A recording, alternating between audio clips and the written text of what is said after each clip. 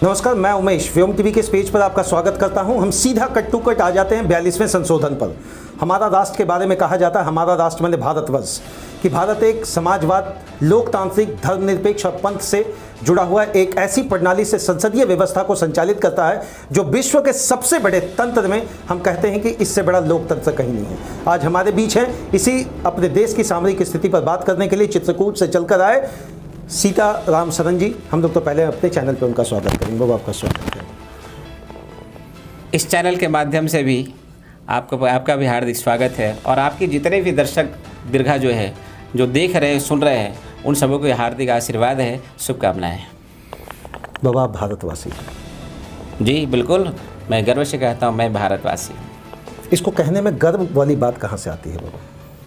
इसलिए आती है, बाकी देश तो भोगवादी, संग्रहवादी, पता नहीं कितने वादी, लेकिन अपना तो ऋषि प्रधान देश है। बाबा, गरीबवादी आपने सुना है? गरीबवाद इस देश में सुना है? महंगाईवाद आपने सुना है? समस्यावाद भी आपने सुना है या नहीं? ये जितने भी वाद आप गिना रहे हैं, पर इसमें सबसे अच्छी वाद जो हमको दिखाई देता है वो अध्यात्मवाद दिखाई देता है। इसका नाम भारत है, इसलिए भारत जाना जाता है।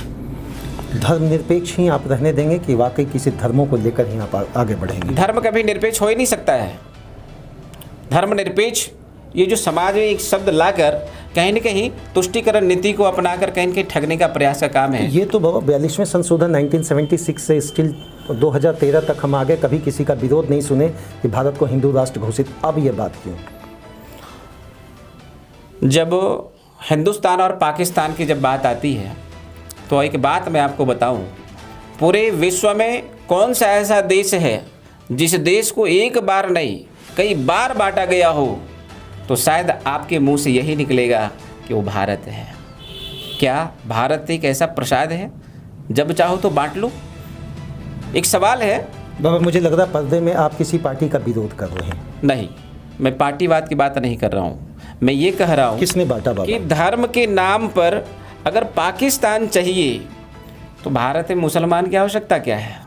और भारत में मुसलमान को रहने की आवश्यकता है तो फिर धर्म के नाम पर पाकिस्तान की क्या आवश्यकता है? ये तो मैं खुले मंचों से भी मैं पूछता रहता हूँ, आज तक किसी ने जवाब नहीं दिया। आप ही बताइए कि पाकिस्तान को अलग होने की क्यों आवश्यकता है, वो भी इस्लाम के नाम पर? अगर भारत में ही रहता तो क्या हो जाता है? और अगर वो बना इस्लाम के नाम पर तो भारत या हिंदुस्तान निश्चित है कि हिंदू राष्ट्र होना चाहिए। गौर अच्छा को मानते हैं बाबा? गौर अच्छा हमारा तो धर्म है। गौशाला गए हैं बाबा कभी आप? जाकर नज़दीक से वहाँ की स्थिति देखते हैं? मैं सेवा भी करता हूँ, और एक गौशाला में नहीं, कई गौशाला में, और हाँ मैं जाता रहता हूँ और सेवा भी करता हूँ। 21वीं शताब्दी में हमारा राष्ट्र बड़ी तेज़ी से प्रगति कर रहा है, लेकिन नोटबंदी भी चल रहा है। एक बार बंदी हुआ, दोबारा मुझे लगता है एक नोटिफिकेशन आ गया है। क्या नोटबंदी करने से हमारा राष्ट्र भ्रष्टाचार को रोकने के लिए बड़े नोटों का चलन हमें लगता है बंद करना चाहिए? आप सीबीआई का दफ्तर क्यों नहीं खुलवाते बाबा? आप लोगों की बात तो ऊपर तक जाती है। सीबीआई के दफ्तर की संख्या आप बढ़ा दें, नोटों को बंद करके क्या हो जाएगा? नोट जब बंद होता है ना, बड़ा नोट, तभी आप देख लीजिए सब बड़े बड़े नोट्स पता निकलने लगे हैं, और भाई भ्रष्टाचारियों के लिए अच्छा संकेत है, और इसलिए नोटबंदी अच्छा है। क्या सबसे बड़ी समस्या आज आपको अपने राष्ट्र में दिख रही है? अपने राष्ट्र में, चूंकि आप अध्यात्म से जुड़े हुए हैं, और मुझे लगता है प्रगतिशीलवाद में भी अध्यात्म एक बहुत बड़ा भूमिका निभाता है। कहाँ है हमारा जीवन? अध्यात्म के बिना अधूरा है। और जहाँ तक रही समस्या, तो मुझे लगता है कि आखिर जापान में, इंग्लैंड में, अमेरिका में धर्मांतरण क्यों नहीं होता? भारत में ही धर्मांतरण क्यों? आपको पता होना चाहिए कि जितने भी इस्लामिक देश हैं भारत को छोड़कर, वहाँ पे दरगाह या जिसको जहाँ शव को ले जाते हैं, क्या बोलते हैं उसको? कब्रिस्तान। पक्का कब्रिस्तान नहीं दिखाई देता। तो उन सऊदी अरब में भी वहाँ उसकी मान्यता ही नहीं है, पर यहाँ खूब तेजी गति से बढ़ रहा है। बाबा, धर्म पहले या भोजन? धर्म पहले या भोजन? धर्म युक्त अगर भोजन करेंगे तभी आप स्वस्थ रह पाएंगे, और धर्म युक्त अगर नहीं कर पाएंगे, खाना चाहिए कुछ और खा लेंगे कुछ, तो आप भोजन करके भी स्वस्थ नहीं रह पाएंगे। एक बात पूछे? बोलिए। कितना बैंक अकाउंट है आपका? हमारा बैंक अकाउंट, मैं जहाँ जाता हूँ, जिस घर में जाता हूँ, जिस क्षेत्र में जाता हूँ, सब मेरा बैंक अकाउंट है। एक बार जनधन खाता आप खुलवाइए बाबा, हम कहें जनधन अकाउंट, हमको नहीं लगता है कि जनधन तो एक नाम, एक वो आपने वो मोदी जी ने स्टार्ट की थी वो जनधन। अब हमारा तो जनधन ही खाता है, जनता के ही अनुसार जो मेरे पास खाते में आता है उसी से मेरा आश्रम और सब चलता है। मोदी जी के समर्थक रहे हैं क्या बाबा, या अब वर्तमान स्थिति में जिस तरीके से भारत वैश्विक स्थिति में हिंदुत्व की ओर बढ़ रहा, कहीं उसका तो बात आप नहीं रख रहे? मोदी जी की जहाँ तक बातें हैं, इस राष्ट्र के लिए जिनके द्वारा राष्ट्र उत्थान की ओर जा रहा हो, उनके प्रति हमारी सहानुभूति के साथ साथ सहयोग सक्रिय दिखाई देगा। लेकिन जिस दिन राष्ट्र विरोध का विषय आने लग जाएगा, तुष्टीकरण की नीति आने लग जाएगा, उस दिन हम ही नहीं, हमारा पूरा संगठन विरोध करेगा। मोदी जी के बाद दूसरा विकल्प राष्ट्र को प्रधानमंत्री के रूप में किनको देखना चाहेंगे? भारत, बहुत सारे मोदी जी का खाने हैं और ये आप कह रहे हैं? हाँ, भारत साधारण नहीं है। भाव मतलब ज्ञान और रत मतलब रहने वाला, जहाँ के लोग ज्ञान में रत रहते हैं उसे ही भारत कहते हैं। और मुझे लगता है कि समय समय पे ऐसे राष्ट्रभक्त आते रहेंगे और भारत को संभालते रहेंगे। कैसे हमारा राष्ट्र विकास करेगा बाबा?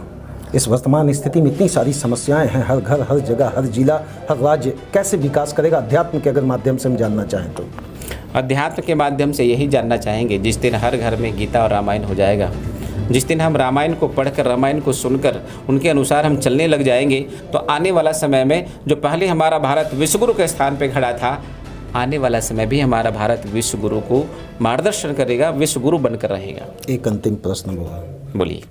गुस्सा तो नहीं होंगे? बोलकर देखिए। क्या पुरुष और स्त्री दोनों की समानता का अधिकार अध्यात्म देता है या नहीं? हमें लगता है पुरुष और स्त्री का समानता का अधिकार की बात तो हम नहीं करते, पर जहाँ स्त्री का विषय आता है तो शायद भगवान ने ही ऊंचा स्थान दे रखा है। अपना नाम के आगे लक्ष्मी नारायण, सीताराम, राधे श्याम, गौरी शंकर, इसलिए यत्र नारी पूज्यन्ते तत्र रमन्ते देवता। हमारे यहाँ माताओं का स्थान बहुत ऊंचा है, इसीलिए वहाँ समानता की बात कहकर शायद मैं अपनी माँ या बहन को छोटा बनाकर बना रहा हूँ। धन्यवाद बाबा। मैंने बहुत सदैव ये बात को रखा है, ना हम पक्ष की बात करते हैं, ना हम विपक्ष की बात करते हैं, समस्याओं के समक्ष डंके की चोट पर मैंने बात रखा है। आज जिस तरह से बाबा को मैं तो ये नहीं कहूँगा मैंने घेरने की कोशिश की, उतना मैं सक्षमता कहीं से नहीं रखता। मेरा प्रश्न है पूछना, यह मेरा नैतिक काम होता है। ये धार्मिक स्थिति से रहें या सामाजिक स्थिति से, प्रश्न तो बनेगा, हम तो पूछेंगे, डंके की चोट पर पूछेंगे। अगर हमारा राष्ट्र आज अध्यात्म की ओर बढ़ा है तो कहीं ना कहीं मुझे लगता है गरीबों के लिए भी सोचने की ज़रूरत है। धन्यवाद बाबा, आप हमारे स्टूडियो पर रहें। बहुत बहुत धन्यवाद। धन्यवाद।